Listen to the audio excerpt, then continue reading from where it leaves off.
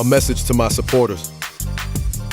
There are many people who are supporting my release by attending benefits, fundraisers, rallies, demonstrations, dances, dinners, Black August concerts, making rap songs, writing poems, making videos and documentaries, attending letter writing parties, making telephone calls, sending faxes, signing and collecting petitions, writing individual letters to the New Jersey Parole Board urging my release, and doing 1,001 other things to support my release. Even if it was just writing a letter to me saying, "Brother, keep your head up, I support you," or "I'd like to visit you," or "Here's $10 for your commissary." Thank each and every one of you from the very bottom of my heart, because I truly appreciate all you've done and everything you do. As I reflect on my life, I was always mindful of the restrictions placed on life in the small area where I was raised. I could never be at peace by turning my back on the masses of people who suffered in so many different ways, whether in the North or the South. I saw so much injustice back then, and so much seeming powerlessness that was caused by the blatant Jim Crow laws in the South and the more subtle forms of Jim Crow in other parts of the United States. The prestige, even if elusive, that came from working with an agency such as NASA could have made me turn my back on those I left behind and caused me to block out the ever-present reality of poverty and racism. I chose not to do that, however, and instead worked in Mississippi to help organize Black people to vote. I worked alongside many who this board would refer to as civil rights activists. I was compelled to do this because I have always had a deep and abiding passion to help organize people and to help them see that in reality they have more power than they are willing to claim.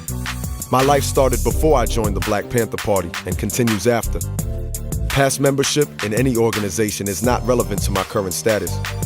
I cannot apologize for my membership in a party that helped provide free breakfast for school children, legal clinics, health clinics, tenant control of slum housing, community control against drug dealers, and many other aspects of community work. I was particularly impressed with the party's emphasis on self-reliance, a concept that is so commonly used today, used even by the current president of the United States. Today, it is hailed as a good concept. I do not take lightly the crimes of which I have been convicted that have resulted in my serving over a half of my life in prison, nor is my plea to this board for sympathy. I request that this board release me because there is no objective reason to continue my incarceration. No matter how many more years I am left to spend or languish in prison, that will not change the unfortunate tragedies that occurred on May 2nd, 1973. Black people have come this far by each previous generation sacrificing and struggling so the next generation can do better or certainly not have to suffer the same indignities, hardships, and oppressions of the previous generation. And frankly, oppressed people all over the world have also done this. People do this out of love for their people and oppressed people in general.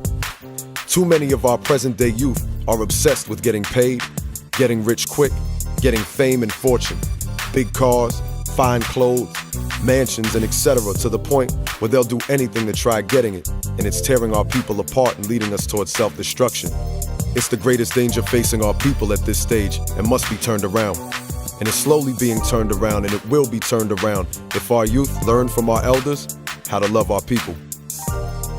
If released, I look forward to a life with my children and grandchildren, who will take me in as I earn a living for as long as I am an able-bodied man.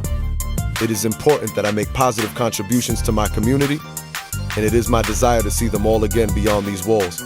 I thank all of my supporters for your love. Sundiata Letter01.mov.